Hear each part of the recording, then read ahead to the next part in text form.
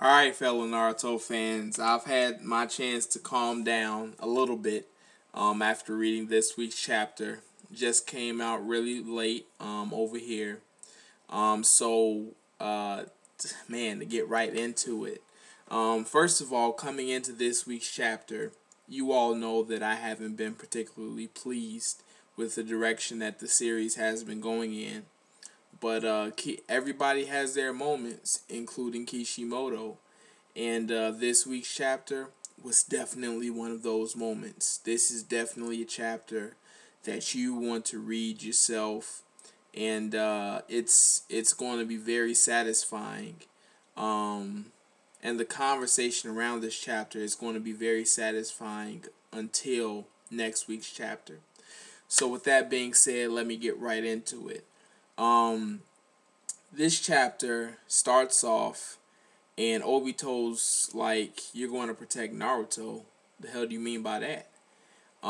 And what happens is that we see eventually they start fighting again, of course.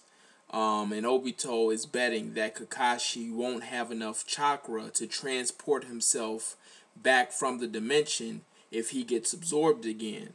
So what happens is that Kurama tells Naruto, just switch with me. Just switch with me. Because Naruto's trying to talk back like, what do you mean with that? Just switch with me. Damn. And so Kurama switches with Naruto, and Kurama takes Kakashi, grabs him, and throws him towards Obito. And Naruto and Obito were stunned, but Obito's like, well, shit, you just made my job that much more easier. So Naruto, in his personal dimension with Kurama, is like,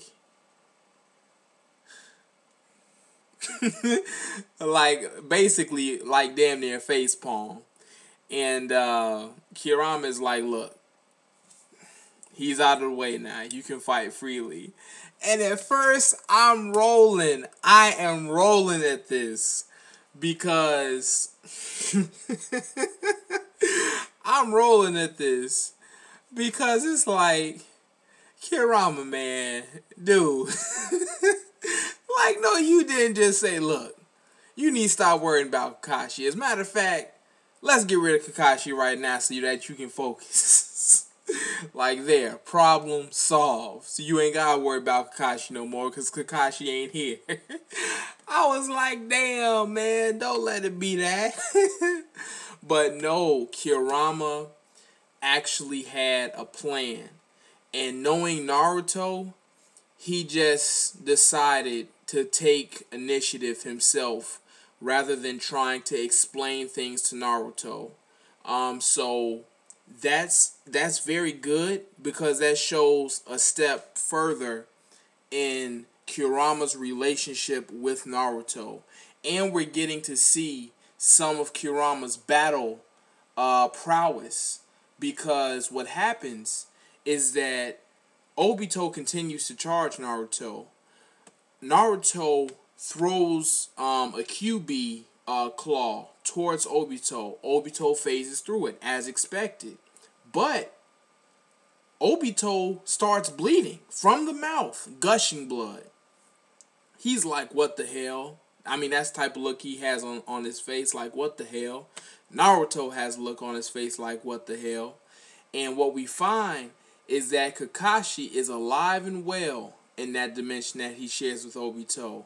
And he's whooping ass on whatever body part Obito transports to that dimension to avoid, being harmed.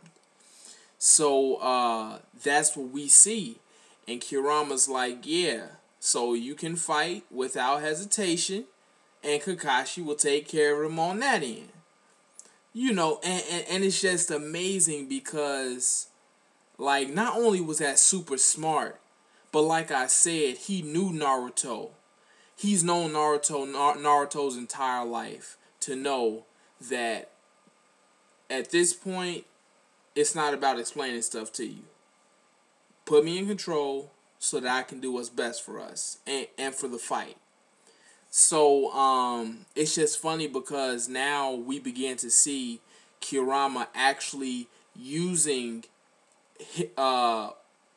his knowledge about Naruto on Naruto's behalf, on behalf of the mission. So, I mean, this is definitely a good step. Definitely a good step that's worth noting and even talking about in the comment section. But nonetheless, so what we see from there is that Guy is la la la la la la la. Oh. Right quick, before I move on. So Naruto is like so okay, la la. So here we go. Alright, so what happens is that Obito just dodges Naruto's attack. And so that he doesn't have to send parts of his body to the dimension where Kakashi is. And what Kurama says is that now, because I gave Kakashi chakra freely, he can come back here whenever he wants to using Kamui. And we see Kakashi come back. And Kurama wisely says, I'll explain that to you later. Because right now you need to focus. I mean, he doesn't say that part, but I mean, that's pretty much what needs to be said. So what happens is that Naruto is like, now I can finally see it. Your suffering face, or your suffering mug, as he says in the translation that I read. And I'm like, and Obito is silent. I'm like, yes, somebody finally called this bastard on the truth, on who he really is and how he really is. Because you got to understand, all throughout this series, Toby has presented himself as the one who knows the truth, who's all-knowing, who's all-wise, who can't be fooled, who fools others. You know what I'm saying? Who knows lies, all the lies, who knows the truth about everything, and this, that, and the third. And finally, somebody's calling him on his BS. Like, underneath all those plannings, underneath all those schemes, underneath all that manipulation, underneath all that murder, underneath all that jutsu, you just suffering. You in pain. And the reason why I like that is because somebody's finally calling him on it. And the person happens to be Naruto, which makes it even better. Because this is not like Naruto doing the talk no jutsu, as some Naruto fans say, where he literally just talks the enemy into, becoming good. But he didn't talk Obito into being good. He shut Obito up. And there's a big difference between the two. So I really like that part of this chapter as well. Let's see. Well, from there, Kakashi goes back to the dimension that he shares with Obito. And Naruto continues attacking Obito. And like the upper body of Obito goes over to the dimension that he shares with Kakashi. And Kakashi's like, dude, you really do look like you're in pain. They just clowning him right now. So I'm loving it. You know what I'm saying? I'm loving it. But then all the while this is going on, the Jubi is going crazy in the background. And all of a sudden, we begin to see a crack in the barrier. So then we go over to B and Guy. B Guy and one of Naruto's shadow clones.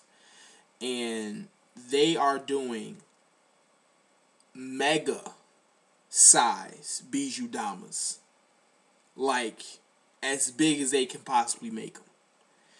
And they hurl them towards the Ghetto Mazo, the Ten Tails vessel, and there's a huge ass explosion.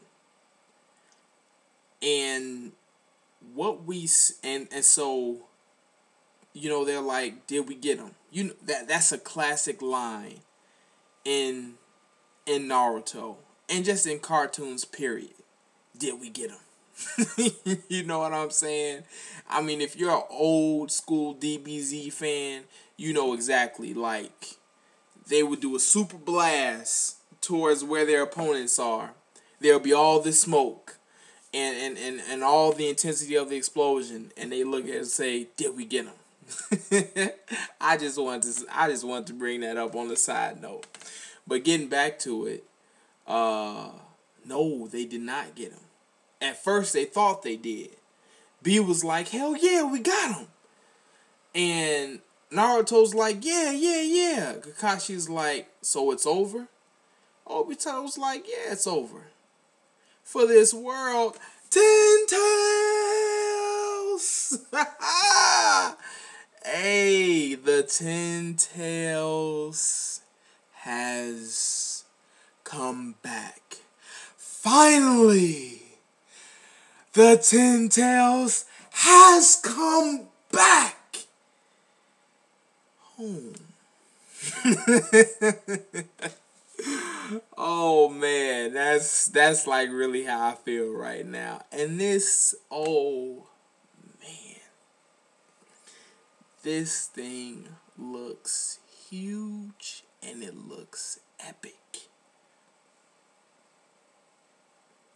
Like it doesn't even look like it's standing on the ground. It looks like it's standing on the earth because the moon is in the background. So it's like, how big is this thing? Like, damn. You know what I'm saying? This thing is big. Wow. The Nine-Tails said it could like devour oceans and swallow mountains. This thing looks like it can swallow planets. Like it can swallow moons. Like whole moons. Wow. And Edo-Tensei Madara is chilling in the background like, oh well. And just before I end this video, that's one thing that I do want to mention that I think is important. That Madara, Edo-Tensei Madara Uchiha, is not so ecstatic about the Ten Tails being revived, even though this is his plan. Obito is. Obito's looking forward to it. But the plan was to originally capture, B and Naruto, extract the 8 and 9 tails, add them to the Ghetto Mazo, and then revive the 10 tails. So whatever Madara's true plans are, if they are indeed the infinite Tsukuyomi, for some reason he's apparently not happy. I mean, he's like, yeah, whatever. I mean, on one hand, he can't die anyway, so it's not like he has anything to fear. The rest of them do, even Obito, because Obito can still die. But Madara is already dead. He's already dead. So really, in my opinion, he's the only one that doesn't have anything to fear. So I don't know. Perhaps that's another reason why he's so nonchalant. But overall, this chapter was excellent. It was truly it was a great chapter. It was a great chapter for several reasons. Number one, Kurama took a huge step in his relationship with Naruto. He leveraged his knowledge of Naruto, how he's known him his whole life, to know when it's the heat of the battle, you don't have the temperament to walk and chew gum at the same time. I need to take over and do what's best, not only for us, but for the mission. And so it was great to see a a true development of trust, really take another step in their relationship. Another great thing from this chapter is that we actually got to see Kurama's battle smarts.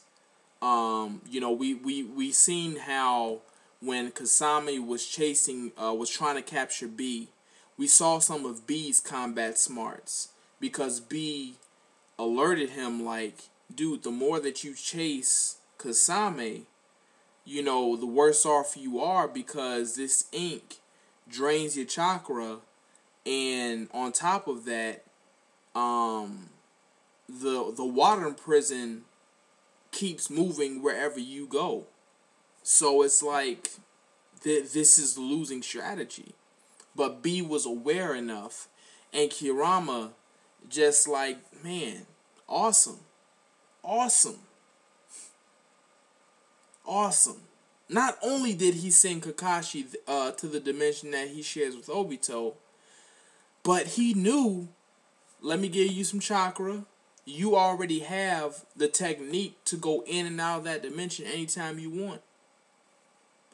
So, wow. But anyway, so those 2 points first. Third, Naruto shut Obito up. Excellent. Very good. Very good. 4,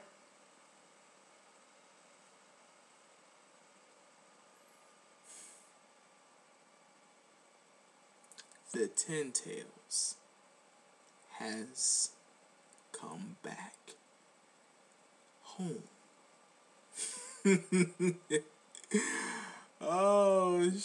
And the last thing, despite the Ten Tails coming back, Madara, even though it was his plan for the Ten Tails to come back,